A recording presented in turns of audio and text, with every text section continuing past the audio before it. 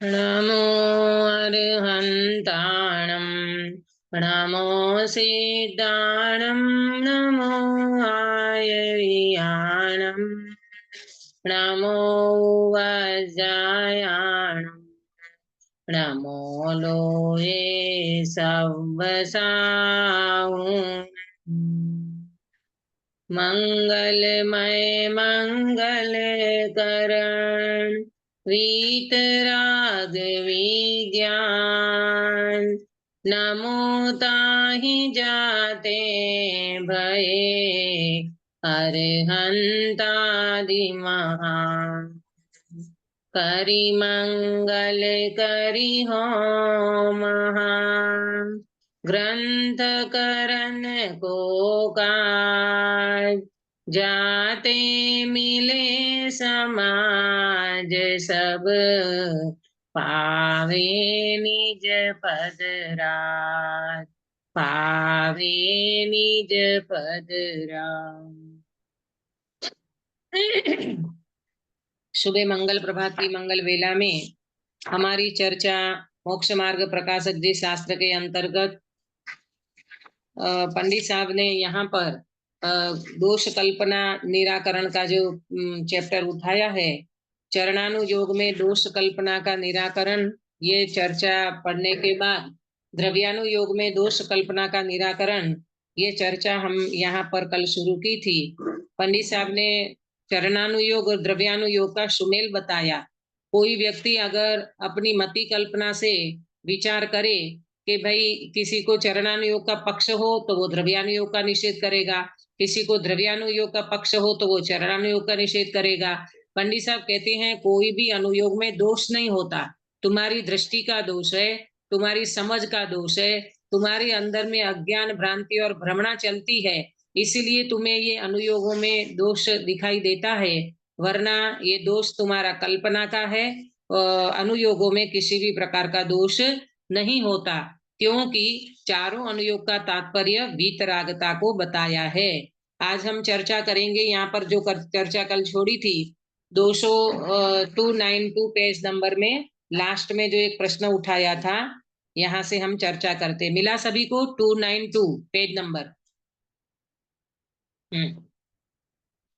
तथा कितने ही जीव कहते हैं कि द्रव्यानुयोग रूप अध्यात्म उपदेश है वह उत्कृष्ट है, सो उच्च दशा को प्राप्त हो उनको कार्यकारी है, निचली दशा वालों को तो व्रत संयम आदि का ही उपदेश देना योग्य है।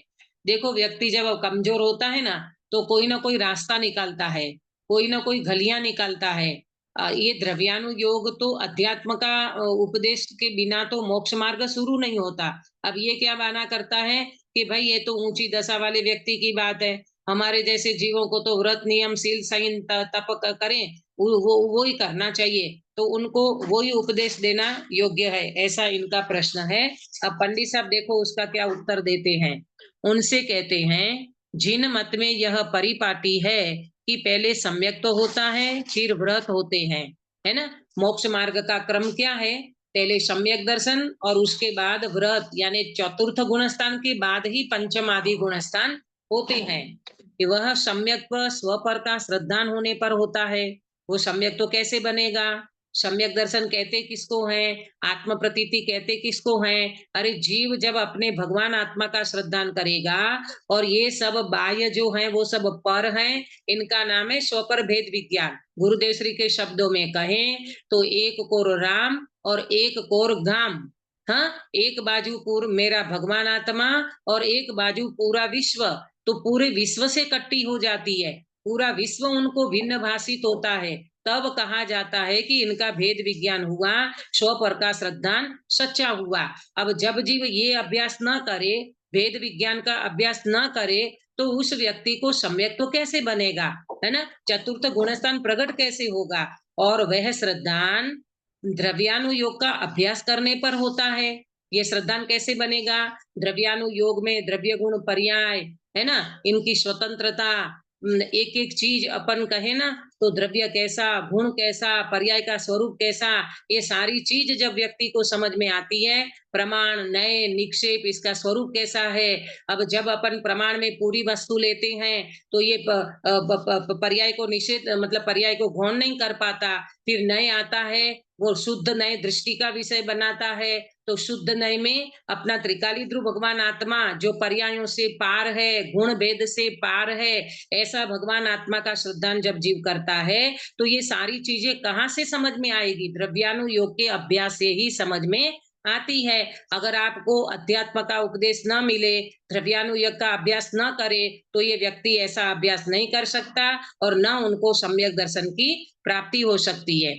इसीलिए प्रथम द्रव्यानुयोग के अनुसार श्रद्धान करके सम्यक दृष्टि हो। पहले तुम द्रव्यानुयोग का अभ्यास करो, पहले तुम सम्यक दर्शन की प्राप्ति करो, पश्चात चरणानुयोग के अनुसार व्रतादिक धारण करके व्रती हो। पहले सम्यक दर्शन करो, उसके बाद तुम व्रती बनो, माने पंचम गुणस्थान बाद में आता है। इस प्रकार मुख्य रूप से तो निचली दशा में ही द्रव्यानुयोग कार्यकारी है। निचली दशा में ही द्रव्यानुयोग कार्यकारी है। माने जब तक जीव को अपने भगवान आत्मा का अनुसंधान नहीं होता, अपने भगवान आत्मा का श्रद्धान नहीं होता, तब तक तो ये निचली भूमिका में यही अभ्यास कार्यकारी है। गौण रूप से जिसे मोक्ष मार्ग की प्राप्ति होती न जाने, उसे पहले किसी व्रतादि का उपदेश देते हैं।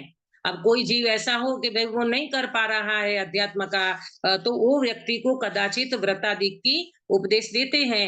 इसलिए ऊंची दशा वालों को अध्यात्म अभ्यास योग्य है, ऐसा जानकर निचली दशा वालों को वहां से परांगमुख होना योग्य नहीं है।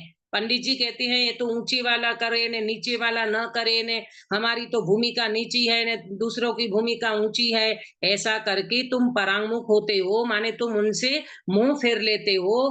ये बात बिल्कुल ठीक नहीं है। अध्यात्म में इस तरह से तुम मुख फेर लोगे तो भी तुम्हारा ही मतलब अकल्याण होगा ना, तुम्हारा ही भला नहीं होगा। उसमें ज्ञानियों को कुछ भी फर्क नहीं पड़ता, परंतु सोचना चाहिए, विचार करना चाहिए कि जीव ने अनादिकाल से अगर ये परिभ्रमण नहीं अटका, ये 84 का चक्कर क्यों चालू है?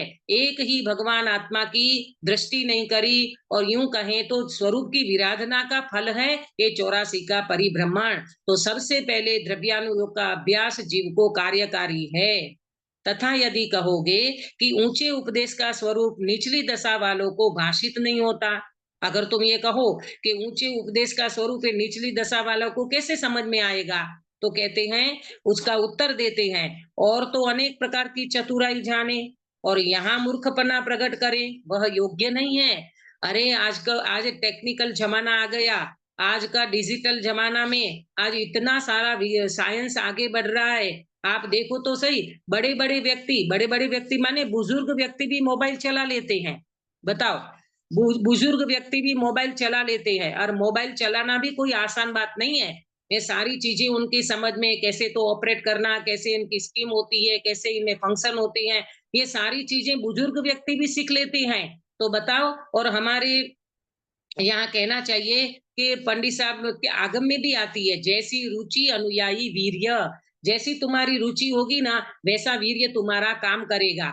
80 साल के बूढ़े भी चला ले मोबाइल, और 2 साल का बच्चा भी चला लेता है। 3 साल के बच्चे को हाथ में मोबाइल दो, वो सारा तुम्हारा कार्टून वार्टून सब उनको रुचि के अनुकूल जो विषय होगा ना, वो निकाल के रख देगा। हाँ, गेम वगैरह, वीडियो गेम वगैरह बच्चे खेल लेते हैं, घंटों तक मोबाइल में लगे रहते हैं। और हमारी महिलाएं भी कम नहीं है, हैं? मोबाइल में देख करके तो तुम दुनिया भर की क्या बोलते हैं, व्यंजन बना लेते हो, दुनिया भर की आइटम बना लेते हो। आज का मेनू ये रहेगा, आज का मैंने ये देखा, वो देखा, मैं ये बना लूं, मैं वो बना लूं। इतनी सारी बुद्धि अगर तुम्हारी इसमें लगती है, तो पंडित जी का कहना है कि तुम्हारी अध्यात्म में बुद्धि ना लगे। तुम्हारा रुचि अनुयायी वीर्य कहें तो तुम्हारा वहां तो जहां रुचि होती है, वहां तो तुम्हारा पुरुषार्थ फटफट उपड़ता है, और यहाँ तुम अपनी चतुराई बताते हो, और यहाँ मूर्खपना माने लोक व्यवहार में चतुर हो, और यहाँ मूर्खाई बताते हो, तो ये बिल्कुल ठीक नहीं है। अभ्यास करने से स्वरूप भली भांति भाषित होता है। अभ्यास करोगे तो सारी चीजें समझ में आएगी। हा पाड़े तो हालत बदले, ना पाड़े तो नरक निगोद। ये गुरुदेव श्री के शब्द हैं। तू भगवान आत्मा की हाँ पाड़ेगा तो तेरी हालत बदल जाएगी, और तू ना पाड़ेगा तो नरक निगो तो तैयार हैं। इसीलिए अपनी बुद्धि अनुसार थोड़ा बहुत भाषित हो, परंतु सर्वथा निरुद्यमी होने का पोषण करे, वे तो जिन मार्ग का द्वेषी होना है। देखो गिरीश भाई, कितनी स्पष्ट बात कर दी पंडित जी ने कि भाई तुम्हारी बुद्धि अनुसार तुम ग्रहण करो ना। हाँ, पर तो बिल्कुल निषेध कर दो कि बिल्कुल प्रमादी होकर के, आलसी होकर के, है ना, शिथिलाचारी बन जाओ और बिल्कुल हमें तो कुछ करना नहीं है, हाथ पे हाथ धर के बैठ जाओ। अरे हाथ पे हाथ धर के तो हमारे भगवान बैठ गए। पूरा जगत में से कहीं भी कर्तृत्व निकल गया ना, तो कहीं पर भी मैं कुछ कर नहीं सकता, तो अकर्ता बन करके हाथ पे हाथ धर के बैठो तब तो ठीक है। परंतु संसार में मात्र प्रमादी बन करके, मेरे बस की बात नहीं है, मेरे से ये हो नहीं सकता, ऐसे प्रमादी होकर के अगर निरुद्यमी बन करके बैठोगे, तो पंडित जी कहते हैं तो जिन मार्ग का द्वेषीपना है, तुझे जिन मार्ग से प्रेम नहीं है, तुझे जिन मार्ग से रुचि नहीं है।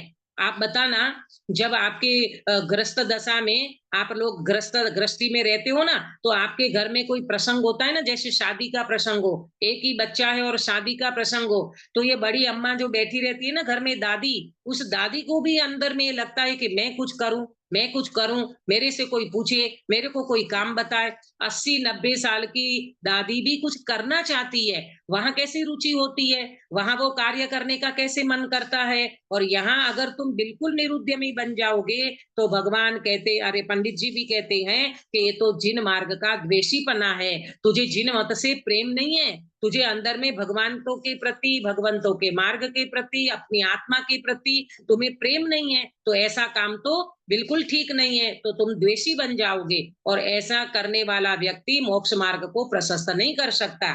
देखो, तथा यदि कहोगे कि ये काल निकृष्ट है, इसलिए उत्कृष्ट अध्यात्म उपदेश की मुख्यता नहीं करना। और बात तो ठीक है पंडित जी, काल कैसा चल रहा है, 144 कल्प काल बीतने के बाद तो ये हुंडा अवसर पिणी काल आया है। बताओ, यहाँ कोई अवधि ज्ञानी नहीं, कोई मना परियो ज्ञानी नहीं, कोई केवल ज्ञानी नहीं, कोई ऐसे व्यक्ति नहीं दिखता, कोई ऐसा ज्ञानी जीव भी हमें तो नजर नहीं आता, तो हम कैसे करें। इसलिए अध्यात्म का उपदेश तो हमें अभी समझ में नहीं आएगा, उसकी मुख्यता हमें नहीं करना चाहिए। उनको कहते हैं, यह काल साक्षात मोक्ष न होने की अपेक्षा निकृष्ट है। हम्म, आत्मानुभवन आदि द्वारा सम्यक्त्व आदि का होना इस काल में मना नहीं है। इसलिए आत्मानुभवन आदि के अर्थ द्रव्यानुयोग का अवश्य अभ्यास करना। पंडित जी कहते हैं, भैया साक्षात मोक्ष अभी नहीं है, ये इनका निषेध है। यहाँ से कोई व्यक्ति डायरेक्ट मोक्ष में नहीं जा सकता, एक भव करके मोक्ष में जा सकते हो, सम्यक दर्शन की प्राप्ति कर सकते हो।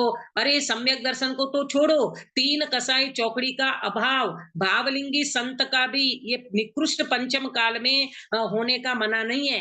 अभी आपको पता है, ये 18,000 वर्ष पूरा हो जाएगा ना, पांचवे का पंचम काल के अंत में चार जीव, चार जीव अंत में रहेंगे, भावलिंगी सन, आरिका माता, श्रावक और श्राविका। तो वो भावलिंगी कौन से होंगे, द्रव्यलिंगी होंगे कि भावलिंगी होंगे, वो भावलिंगी संत होंगे।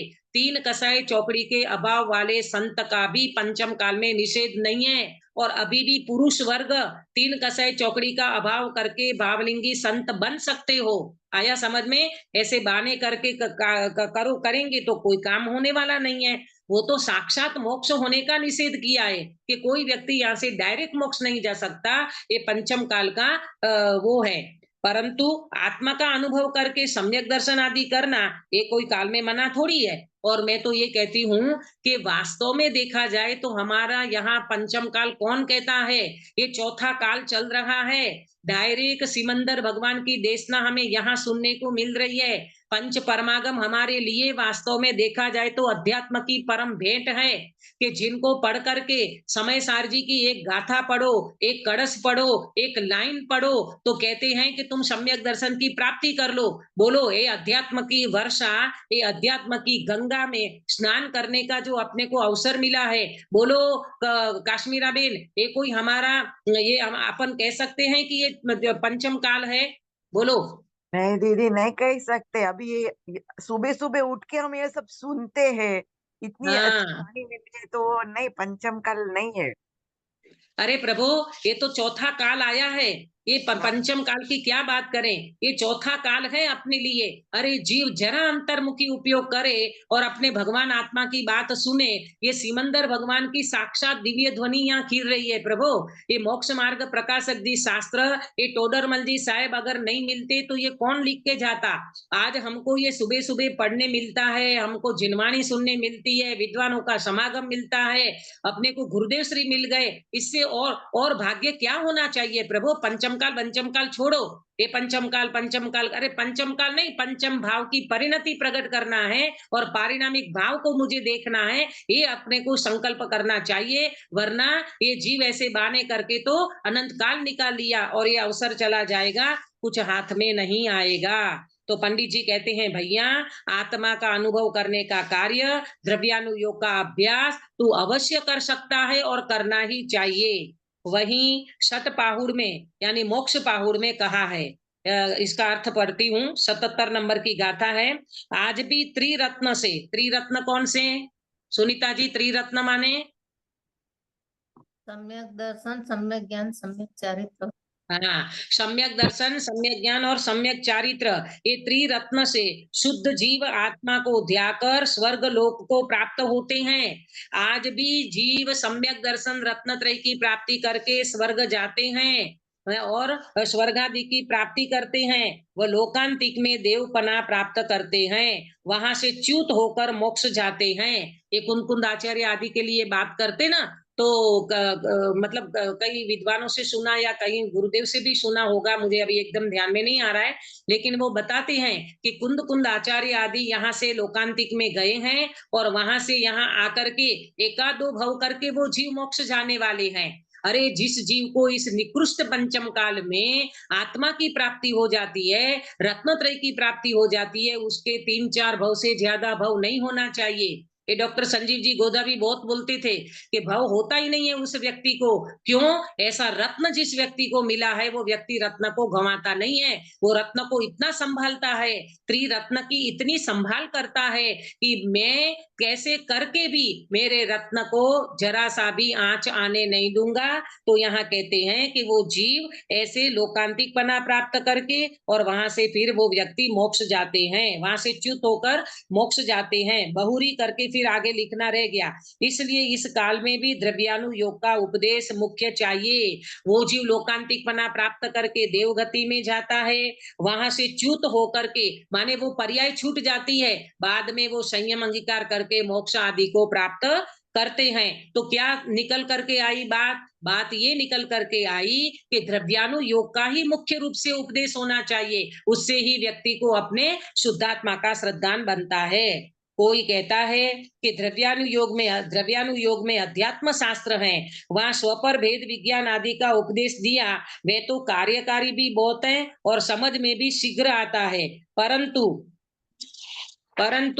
द्रव्य गुण पर्याय आदि का, प्रमाण नय आदि का, अन्य मत में कहे तत्व आदि के निराकरण का कथन किया, सो उनके अभ्यास से विकल्प विशेष होते हैं और वे बहुत प्रयास करने पर जानने में आते हैं, इसलिए उनका अभ्यास नहीं करना। अब थोड़ी बात को आगे लेकर के आए कि भाई अध्यात्म शास्त्र की तो बात चलो अपन सुन भी ले, पर उनमें जो ये द्रव्य की, गुण की, पर्यायों की, प्रमाण की, नय की और अन्य मत की और ये सारे तत्व आदि का जो निराकरण आता है ना, उससे हमारा बहुत विकल्प बढ़ जाते हैं और कितना हम अभ्यास करते हैं तो वो हमें जल्दी समझ में नहीं आता, इसलिए उनका अभ्यास नहीं करना चाहिए। तो पंडित जी कहते हैं भैया, सामान्य जानने से विशेष जानना बलवान है, सामान्य से विशेष बलवान होता है। तुम अकेले आत्मा में उपयोग कितना लगा पाओगे? मैं ज्ञायक हूं, मैं शुद्ध हूं, मैं बुद्ध हूं, मैं भगवान हूं, इसमें थोड़ी ना ज्यादा उपयोग लगता है। उपयोग तो वास्तव में विशेष में लगता है। ज्यो ज्यो विशेष जानता है, त्यों त्यों वस्तु स्वभाव निर्मल भाषित होता है। ज्यो ज्यो विशेष जानता है माने भेदों को जानता है, पर्यायों को जानता है, सामान्य पर्याय कैसी, विशेष पर्याय कैसी, विशेष का स्वरूप कैसा, सामान्य का स्वरूप कैसा, ये सारे भेदों को जब जानता है ना, तो वो व्यक्ति की अंदर की परिणति भी निर्मल बनती है, श्रद्धान भी उनका दृढ़ बनता है, विशुद्धि भी बनती है और उनका श्रद्धान दृढ़ होता है, राग आदि घट जाते हैं, इसलिए उस अभ्यास में प्रवर्तना योग्य है। हाँ, इसी तरह उसी अभ्यास में रहना योग्य है। देखो एक बात को समझना, हम जब अपनी साधना करने बैठते हैं, हाँ, तो अपने को सामान्य ज्यादा चलता है कि विशेष? बोलो सुधा बेन। विशेष का। हाँ, सामान्य में तो हमने अंदर में लिया कि मैं गायक हूँ, मैं तो पर्यायों से पार, त्रिकाली ध्रुव, भगवान आत्मा, ज्ञान स्वभावी चैतन्य तत्व हूँ।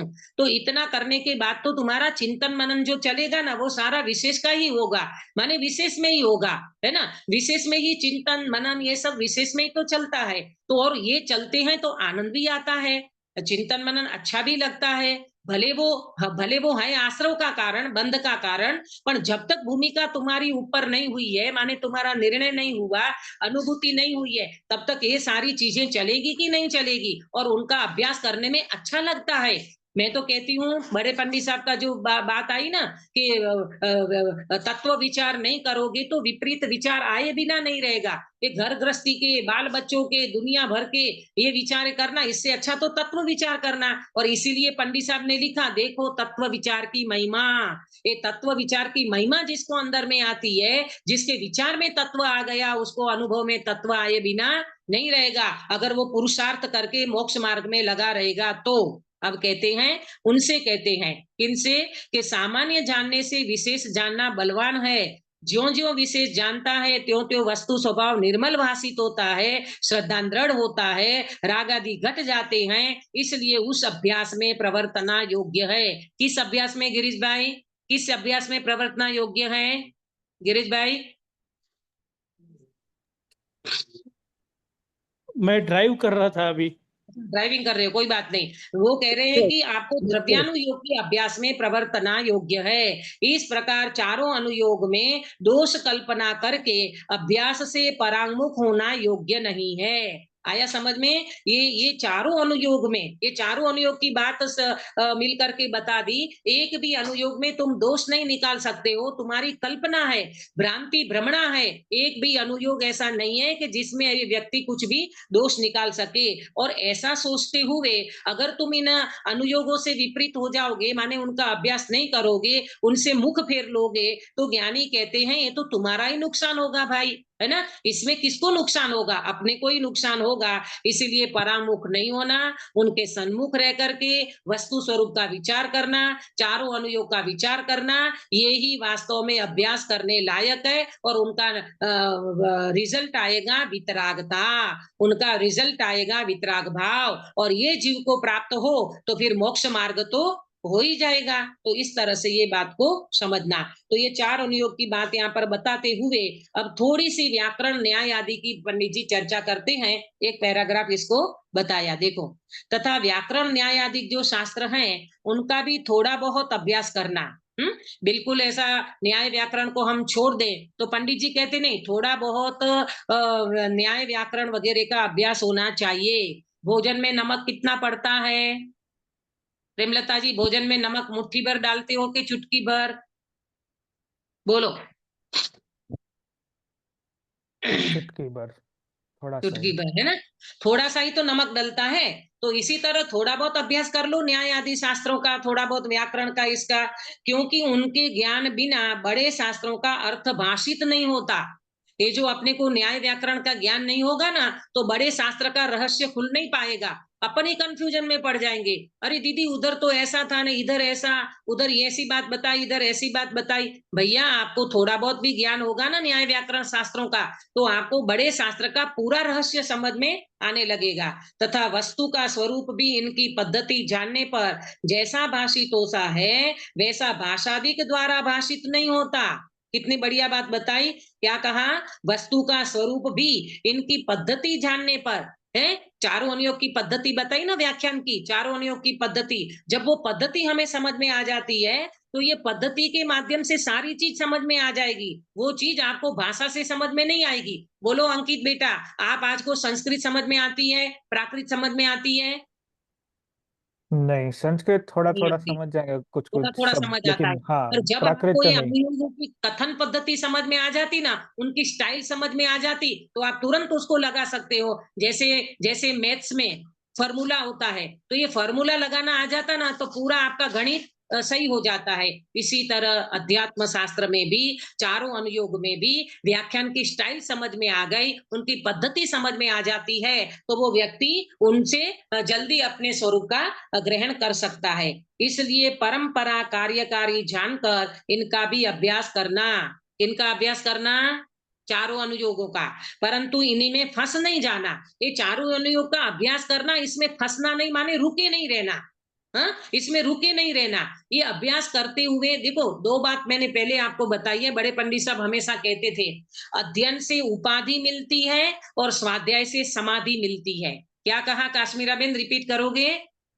अध्ययन से उपाधि मिलती है और स्वाध्याय से समाधि मिलती है। समाधि मिलती है। तो पहले अपन अध्ययन करें, अध्ययन माने पठन पाठन, है ना। पहले स्टार्टिंग में अपन क्या करते हैं, द्रव्य गुण पर्याय का स्वरूप समझते हैं, निमित्त नैमित्ति, कर्ता कर्म, निमित्त उपादान, कारण शुद्ध पर्याय और क्रमबद्ध पर्याय, 4 अभाव 5 भाव, ये सारी चीजें हमने समझ ली, बराबर। इसको कहेंगे अध्ययन, इसको कहेंगे स्टडी, इसको कहेंगे पठन पाठन। और उसके बाद स्वाध्याय। स्वाध्याय में सम्यक दर्शन से लेकर के समाधि तक की बात लेना।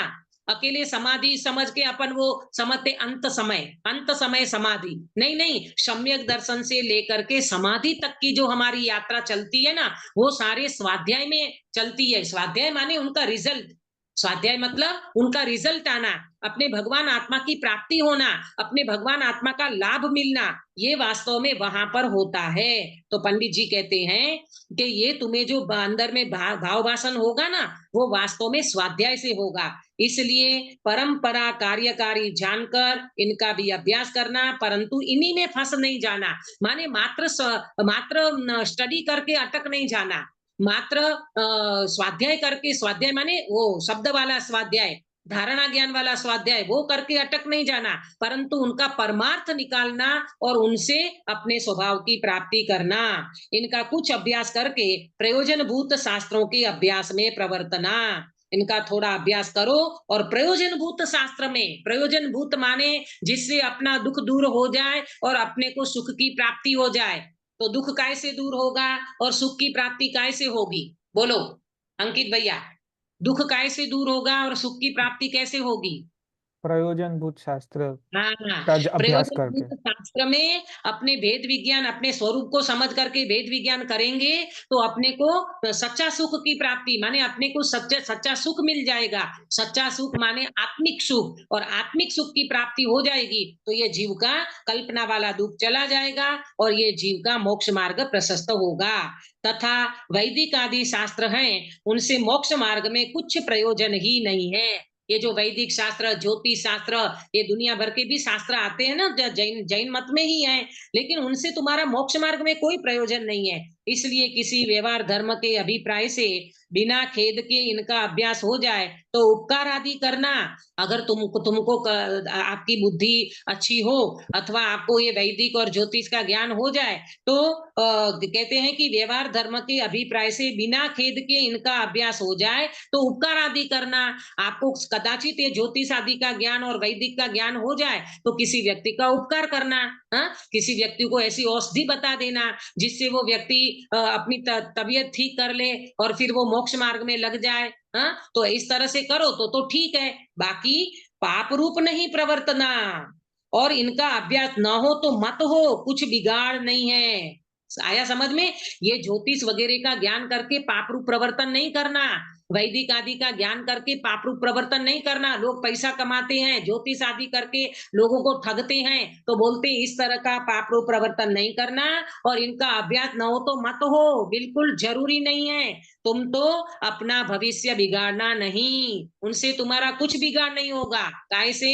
वैदिक और ज्योतिष ज्ञान नहीं होगा तो कोई बिगाड़ नहीं होगा, परंतु इनमें तुम पाप रूप प्रवर्तन करोगे, तुम दुनिया को ठगने लग जाओगे, तुम इनसे पैसा इकट्ठा करके पाप बांधोगे, तो ज्ञानी कहते हैं उससे तुम्हारा बहुत बिगाड़ होगा भाई। इसलिए ये ज्ञान ना हो तो चलेगा, परंतु द्रव्यानुयोग का अध्यात्म ज्ञान तो तुम्हें होना ही चाहिए, जिससे तुम्हारा मोक्ष मार्ग प्रशस्त होगा।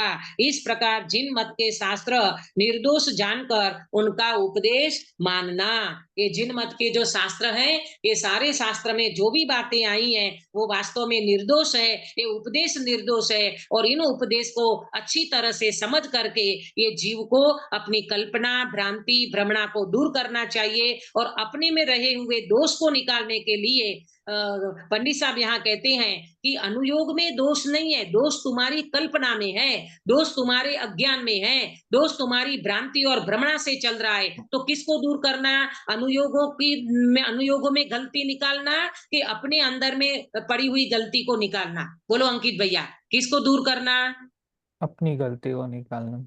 हाँ, अपनी गलती को निकालना। भाई मैं नहीं समझ पाया इसका अभिप्राय, मुझे ये चीज समझ में नहीं आई, तो मुझे समझना चाहिए कि ये अपेक्षा किसकी है और कैसी है। लेकिन मैं ये तो नहीं कहने लग जाऊं कि ये तो अनुयोग ऐसे हैं, ये अनुयोग से तो कुछ समझ में नहीं आता, ये तो निचली भूमिका वालों के लिए है, वो ऊंचली भूमिका। अरे ऐसा कुछ नहीं होता भैया, तुम भगवान आत्मा हो, बहुत उत्कृष्ट चैतन्य तत्व हो, तुम्हें सब समझ में आएगा। गुरुदेव श्री के समझ शब्दों में कहे ना, तू समझ का पिंड है, तुझे समझ में नहीं आए तो क्या ये जड़ को समझ में आएगा? ऐसा गुरुदेव श्री बोलते थे। तो ये बात को अपने को ख्याल में रख करके अभ्यास करना चाहिए। देखो ये सारी बातें होने के बाद अब ये अंतिम प्रकरण आएगा, ये जो चलेगा जो भी अभी, उसमें आया है अनुयोगों में दिखाई देने वाले परस्पर विरोध का निराकरण। आप आपकी कॉपी में नोट करना, इसमें अपनी चर्चा थोड़ी अच्छी आएगी और आपको कुछ बातें मैं नोट भी कराऊंगी। क्या है? अनुयोगों में दिखाई देने वाले, ध्यान देना काश्मीरा बेन, दिखाई देने वाले, होने वाले नहीं, दिखाई देते हैं, होते नहीं है। क्या? अनुयोगों में दिखाई देने वाले परस्पर विरोध का निराकरण। परस्पर विरोध होता नहीं है, सुनना ध्यान से, दिखाई देता है। दिखाई देता है तो इसको अपन, कोई व्यक्ति के कि मेरे को दूर एक पानी दिखाई देता है रेती और पानी दिखाई दे, तो बोलो वहां पानी है कि रेती है? रेती है। रेती है। और दिखाई क्या दे रहा है? नहीं दिखाई दे रहा है। पानी दिखाई दे रहा है। तो ये तो दिखाई दे रहा है ना, है थोड़ी वहां पर। इसी तरह चारों अनुयोग में परस्पर तुम्हें विरोध दिखाई दे रहा है, परंतु वो होता नहीं है। उसका निराकरण अभी बहुत सुंदर चैप्टर है अंतिम, जिसकी चर्चा अपन डिटेल से करेंगे। आप लोग नोट करना, ऊपर का हेडिंग अभी अपन चर्चा करते हैं। देखो अब शास्त्रों में अपेक्षा आदि को न जानने से परस्पर विरोध भाषित होता है। सीधे सीधी बात पंडित जी ने कह दिया। क्या कहा? अपेक्षा नहीं समझने से परस्पर विरोध भाषित होता है। काय में? शास्त्रों में। अपेक्षा नहीं समझते ना तो विरोध भाषित जरूर होगा। देखो काश्मीरा बेन, घर गृहस्थी में भी अगर पति पत्नी साथ में रहते ना और एक दूसरों की अपेक्षा न समझो तो बोलो मतलब मतभेद होगा कि नहीं होगा?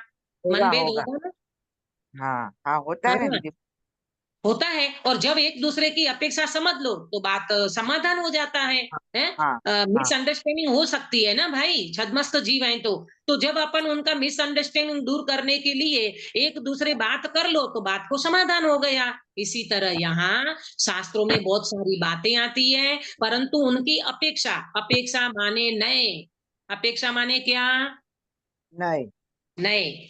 जब आप नए से समझ लोगे ना, इस नए से ये है और इस नए से ये है, ये अपेक्षा से ऐसा बताया है, इस अपेक्षा से ऐसा बताया है। जब ये बात आप समझ लेंगे तो कभी भी विरोध खड़ा नहीं होगा। तो ये सारी बातें अभी पंडित जी यहाँ पर उनका निराकरण करेंगे। देखो प्रथमादि अनुयोगों की आमन्या के अनुसार यहाँ जिस प्रकार कथन किया हो वहां उस प्रकार जान लेना। प्रथमादि अनुयोग माने क्या लेना? प्रथमानुयोग। नहीं, अकेला प्रथमानुयोग नहीं, प्रथमादि।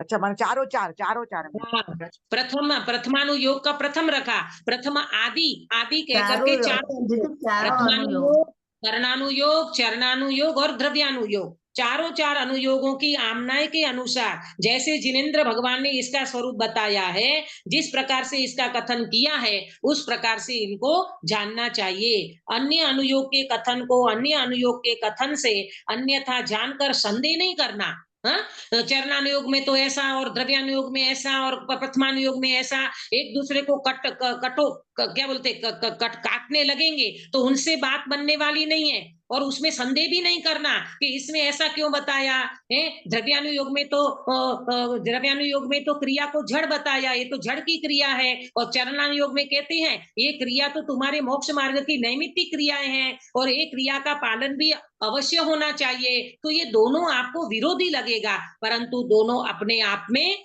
परिपूर्ण है और अपने आप में बराबर है। ये सारी चीजें समझेंगे ना तो कहीं पर भी संदेह होने वाला नहीं है। अब देखो कैसी बातें बताती हैं, जरा ध्यान से सुनना और मैं आपको नोट भी कराऊंगी। जैसे कहीं तो निर्मल सम्यक दृष्टि के ही शंका, कांक्षा, विचिकित्सा का अभाव कहा। हाँ, तो जैसे सम्यक दर्शन की प्राप्ति होती है ना तो उस जीव को 8 अंग प्रकट हो जाते हैं, है ना। कौन से 8 अंग सुधाबेन? निशंकित, निकांक्षित, निर्विचिकित्सा, निसंकित, निकांक्षित, ये आदि जो 8 अंग है, अपन अभी डिटेल में नहीं जाते, समय कम है अपने पास। निसंकित, निकांक्षित आदि जो 8 अंग है ना, वो 8 अंग सम्यक दृष्टि को प्रकट हो जाते हैं। तो यहाँ क्या कहा कि जैसे कहीं तो निर्मल सम्यक दृष्टि के ही शंका, कांक्षा, विचिकित्सा का अभाव कहा। अभाव कहा माने उनको शंका नहीं होती माने निशंक होते हैं, कांक्षा नहीं होती माने निकांक्षित होते हैं, विचिकित्सा नहीं होती माने निर्विचिकित्सा हो जाते हैं। तो उनको शंका आदि 8 दोषों का तो अभाव कहा, ठीक है। और कहीं भय का 8वें गुणस्थान पर्यंत, लोभ का 10वें पर्यंत, जुगुप्सा का 8वें पर्यंत उदय कहा।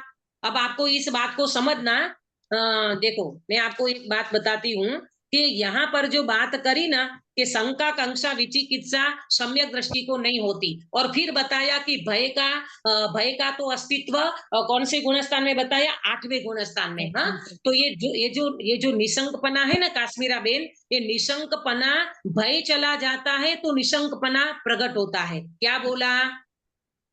भय चला भय जाता चला है तो निशंकपना निशंक प्रकट हाँ, बना होता है। भय चला जाए तो व्यक्ति निशंक हो जाता है। और यहाँ तो एक तरफ कहते हैं चौथे गुणस्थान में निशंक हो जाता है, निर्भय हो जाता है, और दूसरी तरफ बताते हैं कि 8वें गुणस्थान पर्यंत तो भय रहता है। अब इस बात को कैसे समझें? तो आप नोट करना, बात को नोट ऐसे करोगे कि सम्यक दृष्टि जीव को स्थूल रूप से शंका आदि नहीं होती। क्या बताया? सम्यक दृष्टि को स्थूल रूप से शंका आदि दोष नहीं होते। और ये जो भय का 8वें गुणस्थान पर्यंत भय बताया ना, वो चारित्र की कमजोरी के कारण होता है, एक बात। और दूसरी बात वहां सूक्ष्म भय की बात की है। ये 2 बात नोट करना। क्या बोला? फिर से बोलती हूँ, सम्यक दृष्टि को स्थूल रीति से शंका आदि दोष नहीं होते, बराबर। दूसरी बात कि भय का जो 8वें गुणस्थान पर्यंत उनका उदय बताया, वो चारित्र की अपेक्षा से और सूक्ष्मता की अपेक्षा से वहां बताया है। 8वें गुणस्थान पर्यंत भय का तो देखो, अब अपन विचार करें कि एक तरफ तो कहते हैं ज्ञानी निशंकित होते हैं, निर्भय होते हैं, उनको साथ भय नहीं होता, और दूसरी तरफ कहते हैं कि भय का उदय तो 8वें गुणस्थान तक होता है। तो भैया बातों को समझना चाहिए, अपेक्षा समझना चाहिए। चौथे गुणस्थान में स्थूल भय नहीं होते, चौथे गुणस्थान में स्थूल शंका आदि नहीं होती, और ये जो 8वें गुणस्थान तक जो बात बताई वो चारित्र की अपेक्षा से बात है और सूक्ष्मता की अपेक्षा से बात कही है। तो ये अपने को समझना चाहिए। आया समझ में? फिर बताया लोभ का 10वें पर्यंत, लोभ का 10वें पर्यंत, लोभ को कौन सा लोभ होता है 10वें गुणस्थान में? कौन बताएगा? प्रेमलता जी। सूक्ष्म लोभ, सूक्ष्म लोभ। सूक्ष्म लोभ। हाँ, सूक्ष्म लोभ बताया है ना, सूक्ष्म लोभ बताया 10वें गुणस्थान तक। इसमें मुझे एक बात कहना थी, कौन सी बात थी? हाँ, ये जो मैंने अभी शंका वाली बात करी ना, तो ये शंका वाली बात में एक बात और मैं बताती हूँ। जैसे वर्धमान कुंवर, हाँ, वर्धमान कुंवर, उनका 5 नाम दिया, याद है किसी को वर्धमान कुंवर का 5 नाम? वीर, महावीर, सन्मति, वीर, महावीर, अतिवीर, सन्मति और वर्धमान। वर्धमान, बहुत वेरी गुड। वीर, महावीर, अतिवीर, सन्मति और वर्धमान। तो इनमें जो सन्मति नाम जो दिया गया ना, वो किस अपेक्षा से दिया कि भाई वो चारण रिद्धिधारी मुनिराज को कोई शंका हो गई थी। देखो, एक तरफ छठवां सातवां गुणस्थान वर्ती मुनिराज है और दूसरी तरफ उनको भी कुछ शंका हो गई। हाँ, तो उनके लिए उनको लगा कि ये वर्धमान कुंवर हमारी शंका को दूर करते हैं, और जैसे उन्हें वर्धमान कुंवर का अंदर में स्मरण किया और उनकी ओर चल दिए समाधान के लिए, और उनको वहां ये सारी शंकाओं का समाधान वहां हो गया। तो कहने का मतलब ये है कि वो छठवें सातवें गुणस्थान वर्ती मुनिराज को भी शंका हो गई, तो ये सारी अंदर में सूक्ष्म शंकाएं पड़ी रहती है, तो उनकी अपेक्षा से वहां ये बात की है। एक बात मुझे और बतानी थी आपको कि ये शंका वाली बात आई ना, तो आपको पता होगा 3 तरह के आगम में पुतले बताएं। 3 तरह के पुतले, अगर नोट करना हो तो कर लो, बहुत अच्छी बात है। 3 तरह के पुतले आगम में बताए हैं। एक होता है अशुभ पुतला, एक होता है शुभ पुतला, और एक होता है आरक शरीर, आरक वैक्रियक, आरक लब्धि। 3 तरह का पुतला कौन कौन से? प्रेमलता जी बोलो।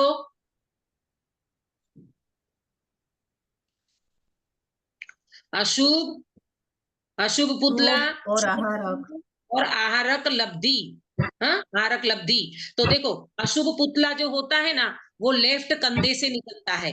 ये नोट करना हो तो कर लेना।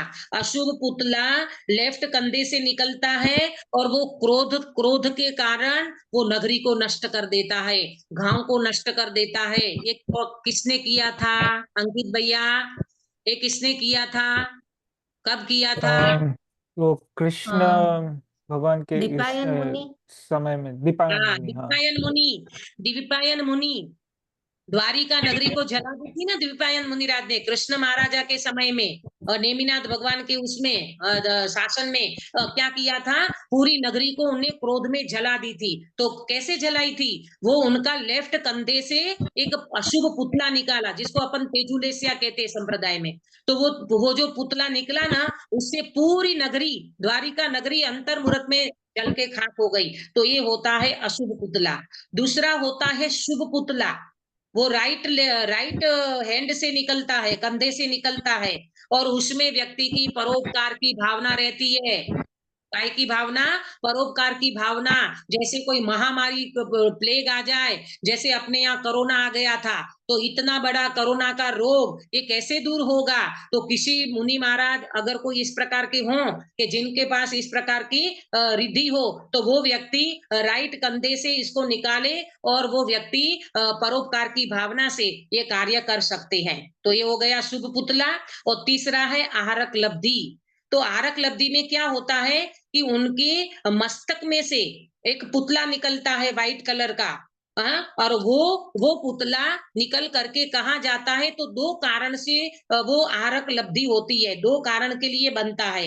नंबर 1, शंका का समाधान करने के लिए, और दूसरा मुनि महाराज को तीर्थ यात्रा करने का भाव हो, तो ये 2 कारण से आहारक लब्धि के समय ये व्हाइट पुतला मस्तक में से निकलता है।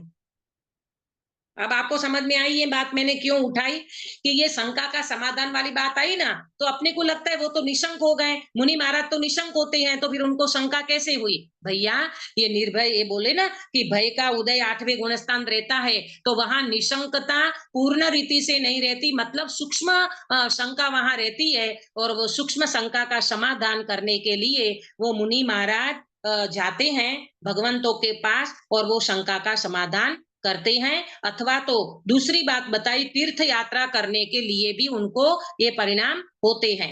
वो होता है आरक पौद्गली, परंतु इतना घमन उनका फास्ट होता है कि हमारी आंखों से वो दिखाई नहीं देता, और अंतर्मुहूर्त में वो वापिस आ जाता है।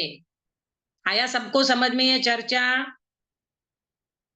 अशुभ और शुभ पुतला जो जी। निकलता है वो मुनिराज नहीं करते होंगे ना, वो तो कोई भी कर मतलब भावलिंगी मुनिराज नहीं नहीं, करते देखो, होंगे। देखो काश्मीरा बेन, ये अशुभ पुतला जो था ना, अशुभ पुतला वो द्विपायन मुनि पहले तो भावलिंगी संत थे, लेकिन जब ये कार्य करेंगे ना, तो उनका गुणस्थान गिर जाता है। अच्छा अच्छा।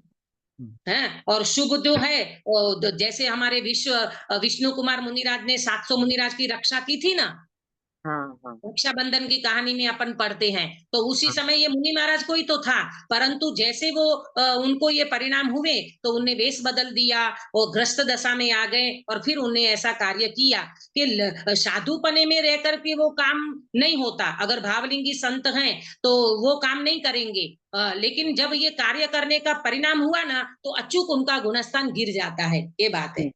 हाँ चलो आगे बढ़ेंगे। ये भय वाली बात निकली। फिर लोभ का 10वें पर्यंत, लोभ का 10वें गुणस्थान पर्यंत इनका उदय रहता है। हाँ, और जुगुप्सा का 8वें गुणस्थान पर्यंत उदय रहता है। वहां विरुद्ध नहीं जानना। जुगुप्सा, जुगुप्सा माने ग्लानि, जुगुप्सा माने क्या बोलते, घृणा, घृणा आती है ना किसी के प्रति, तो उनका कहते हैं कि कौन से जुगुप्सा 8वें गुणस्थान पर्यंत उनका उदय रहता है, परंतु अपने को स्थूल रीति से दिखाई नहीं देगी। जैसे अपने को ग्लानि होती है अथवा सम्यक दृष्टि को भी जुगुप्सा का भाव आता है, ऐसे 8वें गुणस्थान वाले व्यक्ति को ये जुगुप्सा का उदय तो रहता है, परंतु उनको पकड़ में नहीं आता, माने अबुद्धि पूर्वक वो चलता रहता है। वहां विरुद्ध नहीं जानना, वहां विरुद्ध नहीं जानना। देखो, हाँ, इसमें जो बताया ना कि लोभ का 10वें गुणस्थान पर्यंत, तो लोभ माने कांक्षा, लोभ माने इच्छा, ये शंका कांक्षा विचिकित्सा चल रहा है ना, तो लोभ माने इच्छा, लोभ माने कांक्षा, ये 10वें गुणस्थान पर्यंत रहती है, परंतु वो इतना सूक्ष्म होता है कि मुनि महाराज को भी पकड़ में नहीं आता। बराबर। ऐसे तो मुनिराज को आर्त ध्यान भी बताया है, मुनिराज को आर्त ध्यान भी बताया है। तो वो कैसे हमारे जैसे आर्त ध्यान होगा? हमारे घर में किसी रिलेटिव की डेथ हो गई, परिवार में कोई हमारे संबंधी खत्म हो गए, तो हम जैसे आर्त ध्यान करने लगते हैं, रोने लगते हैं, ऐसे मुनि महाराज रोने लगते होंगे क्या? ऐसा आर्त ध्यान करते होंगे क्या? नहीं, बोलो। ऐसा नहीं, ऐसा नहीं। ऐसा नहीं बोल नहीं होता। सकते। देखो कैसा होता है मालूम, जैसे एकदम छोटी उम्र का कोई मुनि महाराज का स्वर्गवास हो गया, तो उनके जो गुरु होते हैं ना वो थोड़े खेदित होते हैं, मतलब थोड़ा उनको अंदर में इष्ट का वियोग हुआ ना, 6वें गुणस्थान तक आर्त ध्यान होता है। कौन से गुणस्थान तक बताया आर्त ध्यान? छठवे छठवें गुण हाँ, से। 6वें गुणस्थान तक अर्थ ध्यान होता है। तो वो जो मुनि महाराज छोटी उम्र वाले काल स्वर्गवास हो गया, तो उनके जो गुरु हैं उनको थोड़ा सा खेद होगा, परंतु कैसा खेद मालूम? वो छोटी उम्र में वो जीव अगर ज्यादा उनकी आयु होती, लंबी आयु होती, तो वो आत्म साधना ज्यादा करते, वो अपने संयम का पालन ज्यादा करते। इस प्रकार की थोड़ी आर्त ध्यान की आर्त ध्यान के परिणाम आते हैं, लेकिन हमारे जैसे रोने धोने नहीं बैठते। तो ऐसा ऐसा आर्त ध्यान 6वें गुणस्थान तक भी बताया है। और जुगुप्सा को बताया 8वें गुणस्थान, और भय को बताया 8वें गुणस्थान। तो ये सारी बातें अपने को समझना चाहिए। देखो, फिर आगे बढ़ते हैं। सम्यक दृष्टि के श्रद्धान पूर्वक तीव्र शंका आदि का अभाव हुआ है, अथवा मुख्यतः सम्यक दृष्टि शंकादि नहीं करता। ये बात अभी मैंने पहले बताई ना कि मुख्य रूप से उनको संख्या नहीं होती, स्थूल रूप से सम्यक दृष्टि को शंका नहीं होती। उस अपेक्षा चरणानुयोग में सम्यक दृष्टि को शंका आदि का अभाव कहाँ है, परंतु सूक्ष्म शक्ति की अपेक्षा भय आदि का उदय अष्टम आदि गुणस्थान पर्यंत पाया जाता है। इसलिए कर्णानुयोग में वहां तक उनका सद्भाव कहाँ है, इसी प्रकार अन्यत्र जानना। पंडित जी क्या कहते हैं? चरणानुयोग की शैली अलग है, कर्णानुयोग की शैली अलग है। चरणानुयोग स्थूल बात बताता है, कर्णानुयोग सूक्ष्म बात बताता है। तो जहां सूक्ष्म बात बताएगा वहां समझ लेना ये किसकी अपेक्षा से बात है, काश्मीरा बेन? कर्णानुयोग के, चरणानुयोग के। कर्णानुयोग की के। अपेक्षा सूक्ष्म बात आएगी ना, सूक्ष्म परिणाम की बात आएगी, सूक्ष्म कर्मों की वगैरह बातें आएगी, तो समझना ये कर्णानुयोग की अपेक्षा से बात है, और स्थूल बातें आएगी तो समझना ये चरणानुयोग की अपेक्षा से बात लिखी गई है। इस तरह से यहाँ पर समझना। देखो, एक बात और बताती हूँ मैं आपको कि कषाय की बात करी, हाँ, यहाँ पर कषाय की बात करी कि कषाय 10वें गुण स्थान तक, हाँ, आपको पता है मिथ्यात्व, अविरति, प्रमाद, कषाय और योग ये क्या है? प्रमाद, आश्रव, आश्रव है दीदी, आश्रव, आश्रव, कर्म बंध के 5 आश्रव है कारण ना। बताए। कर्म बंध के 5 कारण, आश्रव, कर्म बंध के 5 कारण मिथ्यात्व, अविरति, प्रमाद, कषाय और योग। आप नोट करो, आपको पता नहीं होगा शायद, मुझे लगता है। मिथ्यात्व कौन से गुण स्थान में जाता है? चौथे चौथे गुण स्थान में अनंतानुबंधी मिथ्यात्व। बराबर। मिथ्यात्व चौथे गुण स्थान में जाता है। अविरति पांचवे में पांचवें गुण स्थान में। अविरति पंचम गुण स्थान पांचवें में गुण जाती है, स्थान मैंने में। पंचम गुण स्थान के बाद अविरति नहीं रहती। और प्रमाद, सातवें हाँ, प्रमाद सातवें गुण स्थान में अप्रमत्त अवस्था आ गई। कषाय कौन से गुण स्थान तक रहता है? 10वें गुण 10वें स्थान रहता है, मतलब 11वें में ना निकल 10वें जाता। गुण स्थान। 11वें में चला जाता है, 10वें तक रहता है, सूक्ष्म लोभ रहता है। और योग योग 13वें गुण स्थान तक। 13वें गुण स्थान 13वें गुण स्थान तक रहता है। और 14वें 14वें में में उसका अभाव होता है, अयोग जिसको अयोगी गुण स्थान बताया। बराबर। अब देखो इसमें एक बात अपन और समझते हैं कि यहाँ जो अभी मेरे ख्याल से इसमें बात आएगी। हाँ, एक मिनट। हाँ, ये जो बात बताई ना कि भय आदि का ये कषाय आदि का गुणस्थान बताया 10वें गुणस्थान तक। तो प्रमाद कितने प्रकार के होते हैं? कोई बताएगा 5 प्रमाद कितने प्रकार के? 15 प्रकार के। कौन 15 कौन प्रकार से? के। प्रमाद का 15 प्रकार कौन सा? पहले बताया है मैंने। 5 इंद्रिय का 5 इंद्रिय का निरोध, 5 निरोध नहीं बोलेंगे, निरोध बोलेंगे तो उन्हें जीत लिया। 5 इंद्रिय के विषय की प्रवृत्ति बोलो। हाँ प्रवृत्ति, 5 इंद्रिय की प्रवृत्ति, 5 अनुव्रत, मतलब हिंसा, झूठ, चोरी, वो सब। नहीं नहीं नहीं बस नहीं नहीं, नहीं काश्मीरा बहन, वो तो ये आप प्रमाद में उसमें नहीं चले गए। आएगा। मुनि महाराज के 28 मूल गुण में चले गए। प्रभु मैं आपको 15 प्रकार का प्रमाद पूछ रही हूँ। देखो मैं नोट 10 कराती हूँ, अंतरम, कर लो। शायद आप, हाँ सुधा बहन आपको ख्याल है? 15 प्रमाद दीदी पढ़ा है पर अभी याद नहीं आ रहा। हाँ हाँ, भूल मैंने नोट भी कराया होगा आपको, पहले हाँ देखना। हाँ, कर 4 4 विकथा, 5 इंद्रिय विषय की प्रवृत्ति, 1 निद्रा और 1 स्नेह। कितना हो गया? फिर से बोलती हूँ। 15 4 कषाय, 4 विकथा, 5 इंद्रिय इंद्रिय विषय, विषय। 1 निद्रा और 1 स्नेह। कितना हो गया? 15। 15 हो गए। अंकित भैया एक बार बोलोगे, रिपीट करोगे अंकित भैया? हाँ 4 पंद्रह कषाय, प्रकार का प्रमाद, 4 विकथा, 5 इंद्रिय इंद्रिय विषय विषय। की, 1 निद्रा और 1 स्नेह। हाँ, तो ये 15 प्रकार के प्रमाद मुनि महाराज को होते हैं, परंतु वो सूक्ष्म रीति से। जैसे हमारा प्रमाद बहुत स्थूल होता है ना, ऐसा प्रमाद उनको नहीं होता। और देखो इसमें कषाय बताई, प्रमाद में कषाय बताया, तो ये कषाय का अस्तित्व तो 10वें गुण स्थान तक होता है। तो मुनि महाराज को प्रमाद होता है, परंतु हमारे जैसा स्थूल प्रमाद जो है वो वहां पर नहीं होता है ना। तो ये सारी बातें अपने को समझना चाहिए। प्रमाद 6वें गुण स्थान तक होता है, कषाय 10वें गुण स्थान तक होती है। और दोनों कर्णानुयोग में कथन है, ये दोनों प्रकार का कथन आता है कर्णानुयोग में। अभी बात आने वाली है, वहां अपन पढ़ेंगे। ये टाइम हो गया है। हाँ, समय हो गया। टाइम। हाँ, समय हो गया। हाँ तो इसकी बात अपन कल पढ़ेंगे, ठीक है। अभी जो अनुयोगों में दिखाई देने वाला परस्पर विरोध का मेरी घड़ी पर नजर ही नहीं गई, सॉरी। हाँ, तो कहने का मतलब ये है कि ये अनुयोगों में परस्पर विरोध दिखाई देता है, परंतु होता नहीं है। उसका निराकरण अभी हमने जो चीजें पढ़ी ना, शंका, कांक्षा, विचिकित्सा, और कहाँ तक भय, कहाँ तक शंका रहती है, कहाँ स्थूल, कहाँ सूक्ष्म, ये सारी चीजें जब अपन समझ लेते हैं चरणानुयोग और कर्णानुयोग के माध्यम से, तो हमको कभी भी अपने को अंदर में दोष कल्पना खड़ी नहीं होगी। और अनुयोगों में भी अपन उनका क्या बोलते, सरलता से उन अनुयोग को अपन समझ सकते हैं। इस तरह की समझदारी अपने में डेवलप होवे, अपन मोक्ष मार्ग को प्रशस्त करें। और द्रव्यानुयोग के मुख्य प्रयोजन भेद विज्ञान की जो बात है, अपने ध्रुव भगवान आत्मा की श्रद्धान करें, रागादि भावों से भेद विज्ञान करते हुए वितराग भाव को प्रकट करें। इस मंगल भावना के साथ में बात को विराम देती हूँ।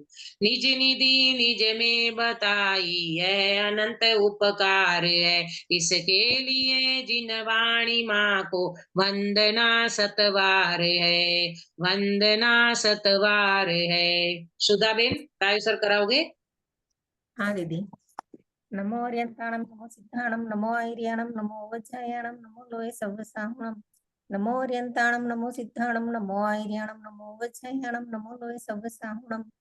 नमो अर्यन्ताणं नमो सिद्धाणं नमो आयर्याणं नमो वज्रायाणं नमो लोये सव्वसाहुणं नमो अर्यन्ताणं नमो सिद्धाणं नमो आयर्याणं नमो वज्रायाणं नमो लोये सव्वसाहुणं नमो अर्यन्ताणं नमो सिद्धाणं नमो आयर्याणं नमो वज्रायाणं नमो लोये सव्वसाहुणं नमो अर्यन्ताणं नमो सिद्धाणं नमो आयर्याणं नमो वज्रायाणं नमो लोये सव्वसाहुणं नमो अर्यन्ताणं नमो सिद्धाणं नमो आयर्याणं नमो वज्रायाणं नमो लोये सव्वसाहुणं नमो अर्यन्ताणं नमो सिद्धाणं नमो आयर्याणं नमो वज्रायाणं नमो लोये सव्वसाहुणं नमो अर्यन्ताणं नमो सिद्धाणं नमो आयर्याणं नमो वज्रायाणं नमो लोये सव्वसाहुणं।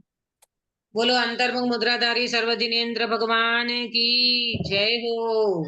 नित्य बोधिनी द्वादशांगमयी हिलवाणी माता की जय हो। 3 कम 9 करोड़ सर्वे वितरागी महामुनि राजों की जय हो। परम अहिंसामय वितरागी जैन धर्म की जय हो। सभी को जय जिनेन्द्र।